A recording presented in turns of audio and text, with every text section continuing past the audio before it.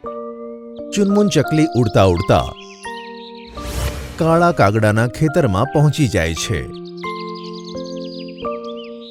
અને ત્યાં જઈને વિચારે છે, આજે થોડું ખાવાનું અહીંયાથી જ લઈ લઉં છું. આટલું દૂર ઉડવાની મારામાં હિંમત જ નથી અને બચ્ચાઓને પણ ભૂખ લાગી છે, તો આ જ ઠીક રહેશે. પછી ચુનમુન દાણા ચણવા લાગે છે. ત્યાં જ કાળો કાગડો ચુનમુન ઉપર જાળ ફેંકે છે અને તેને પકડી લે છે. અચ્છા, તો તું જ છે એ ચકલી જે દરરોજ મારા ખેતરમાંથી દાણા ચોરે છે? આખરે મેં તને પકડી જ લીધી. બહુ જ નાકમાં દમ કરી દીધું હતું તે. ના ભાઈ ના, હું દાણા નથી છોડતી. હું તો આજે જ આવી છું. તમને કોઈ ગેરસમજ થઈ છે. અચ્છા, જુઠ્ઠી! હું બહુ દિવસથી જોતો હતો કોઈ મારા દાણા ચોરાવતું હતું. આજે તો તું હાથમાં આવી જ ગઈ. હવે તારે અહીંયા પુરાઈ રહેવું પડશે.